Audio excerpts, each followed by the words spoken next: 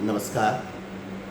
बी ए तृतीय वर्षाच्या आपण अभ्यासक्रमाबाबत जे अध्ययन करत आहोत, यामध्ये पाश्चिमात्य राजकीय विचारवंत हा पेपर जो मी घेत आहे, त्या पेपरमध्ये पाश्चिमात्य राजकीय विचारवंत प्लेटो या विचारवंताचा अभ्यास मागच्या काही तासिकेमध्ये आपण केलेला आहे. प्लेटोच्या या अध्ययनामध्ये प्लेटो यांनी जे राज्यविषयक विचार वेगवेगळ्या दृष्टिकोनातून मांडलेले आहेत, त्या विचारांचं अध्ययन आपण करणार आहोत.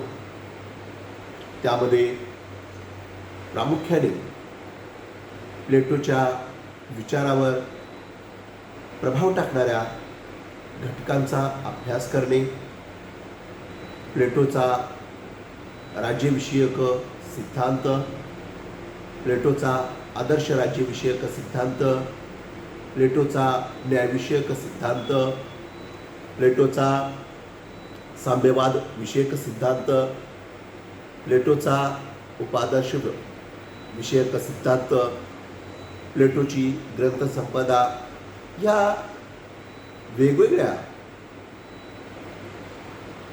बाबीतून प्लेटोंचा अभ्यास आपण करत आहोत. मागच्या तासिकेमध्ये आपण प्लेटोचा जन्म, प्लेटोची जी पार्श्वभूमी आहे, या प्लेटोच्या जन्मासोबतच ज्या राज्यामध्ये, नगर राज्यामध्ये प्लेटोचा जन्म झालेला आहे, त्या नगर राज्याच्या सामाजिक, राजकीय, आर्थिक स्थितीचा विचार करणं सुद्धा गरजेचं आहे. सोबतच प्लेटोवरती प्रभाव टाकणाऱ्या घटकामध्ये प्रथम घटक त्यांचं जे कुटुंब आहे, त्या कुटुंबाचा प्रभाव कसा पडला, या बाबीवरती आपण मागच्या तासिकेमध्ये चर्चा केलेली आहे. त्यानंतरचा घटक बघत होतो तो म्हणजे सॉक्रेटिस. सॉक्रेटिस बाबत माहिती बघत असताना सॉक्रेटिस हा जो एक विचारवंत आहे, या विचारवंताने ज्या मानवी मूल्यांचा स्वीकार करण्यासाठी त्यांनी जे प्रयत्न केलेले आहेत, त्या प्रयत्नांचा अध्ययन मागच्या तासिकेमध्ये करत होतो. प्लेटो आणि सॉक्रेटिस यांचे काय घनिष्ठ संबंध कशा आहे, याच्यावरती आज चर्चा करणार आहोत. इसवी सन पूर्व 4थं शतक हे ग्रीक संस्कृतीसाठी अतिशय महत्त्वाचं समजलं जातं. या संस्कृतीमध्ये ज्या पद्धतीने मानवाने जी प्रगती केलेली आहे, या प्रगतीतून एक सभ्य मानवी समाज उदयास आलेला आहे. हा मानवी समाज, हा मानवी समूह ज्या आदर्श राज्यापर्यंत, नगर राज्यापर्यंत प्रवेश करतो, प्रवास करतो, या नगर राज्यांचं जेव्हा आपण अध्ययन करतो, तर अथेन्समध्ये त्या कालखंडामध्ये डेमोक्रेसी होती असे म्हणतात. ही डेमोक्रेसी कशी होती? या डेमोक्रेसीमध्ये ज्या लोकशाहीमध्ये लोकांना जगण्याचा, लोकांना जीवन व्यतीत करण्याचा, लोकांना राहण्याचा, लोकांना एक प्रकारे अभिव्यक्तीचा, हे सगळे अधिकार या अथेन्स नगराच्यामध्ये होते. इसवी सन पूर्व 4थं शतक जे आहे, हे शतक लोकशाहीसाठी थोडंसं घातक स्वरूपात निर्माण झालेलं आपणास दिसून येतं. जेव्हा आपण सॉक्रेटिस असतील, प्लेटो असतील, या विचारवंतांच्या विचारांचं अध्ययन करतो, तेव्हा आपल्याला एक जाणीव होते की जे राज्यशास्त्र या विचारवंताचं अध्ययन करतं, त्या अध्ययनामध्ये त्या काळातील परिस्थिती ही अस्थिर स्वरूपाची होती. जो मनुष्य अभिजात कालखंडापासून, अश्मयुगापासून या मानवाने जी प्रगती केलेली होती, ही प्रगती बुद्धीच्या आधारावर केलेली आहे. ही बुद्धी कशी आहे? प्लेटो म्हणतो की बुद्धी ही खऱ्या अर्थाने ज्ञानी माणसाकडे आहे. तर ज्ञानी कोण? हे जे संवाद आहे, हे संवाद प्लेटो आपल्या रिपब्लिक या ग्रंथामध्ये विशद केलेले आहे. आणि हे विशद करत असताना जे संवाद साधलेले आहेत, त्या संवादामध्ये त्यांनी जी ध्वनी मांडलेली आहे, ही ध्वनी लोकशाहीस घातक आहे असे विचार ते स्पष्ट करतात. असे विचार स्पष्ट करण्याचं मुख्य कारण हेच आहे की त्या काळात जी लोकशाही होती, ही लोकशाही खऱ्या अर्थाने काही मोजक्या लोकांच्या हातामध्ये गेलेली होती. आणि त्या लोकशाहीला विकृत रूप प्राप्त झाले होते. हे विकृत रूप मोडून काढण्यासाठी प्लेटोने त्यांचे जे गुरु आहेत सॉक्रेटिस यांच्या संपर्काचा परिपूर्णपणे फायदा घेतलेला आहे. जेही राजकीय विचार असतील, जेही अध्ययन आहे, हे अध्ययन मांडत असताना त्यांनी आपल्या विचारामध्ये सॉक्रेटिसला गुरुच्या स्थानी ठेवून आपले विचार स्पष्ट केलेले आहेत. त्या काळात प्लेटो जे जीवन जगलेलं आहे, त्या जीवनामध्ये न्यायापेक्षा अन्याय हा वाढलेला दिसून येत होता. आणि हा अन्याय खूप वाईट अशा घटकातून दिसून येत होता.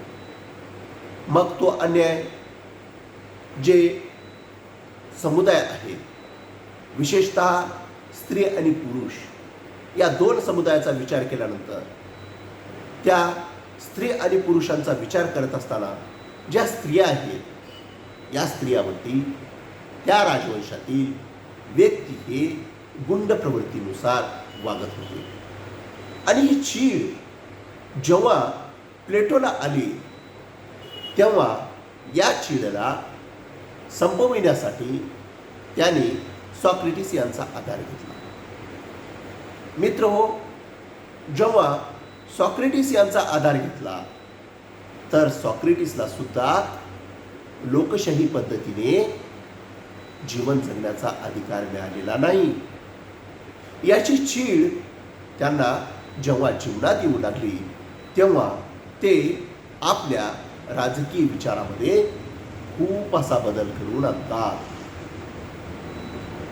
ज्यावेळी सॉक्रेटिस आपले जे मूल्य आहे, मानवी मूल्य आहे, या मानवी मूल्याची शहानिशा करण्यासाठी न्याय मंडळाकडे ते मागणी करतात. आम्ही जे सर्वसामान्य आहोत, आम्हाला चांगलं जीवन जगायचं आहे.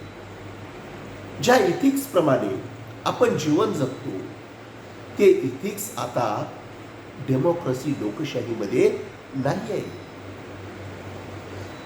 ही लोकशाही संपवत आहे आणि आता अन्यायाचा डोंगर न्यायाच्या व्यक्तीवरती चढत आहे. याला कुठेतरी छेद दिला पाहिजे अशी हाक जेव्हा सॉक्रेटिस करतात, त्यावेळी ते न्यायमंडळ राजपदाच्या प्रमुखाच्या नियंत्रणाखाली, मार्गदर्शनाखाली सॉक्रेटिसला विष प्राशनाची शिक्षा ठोठावली जाते, सुनावली जाते. ही शिक्षा सुनावली जात नाही, तर या ठिकाणी सॉक्रेटिसला विष प्राशन करण्याची सजा दिली जाते.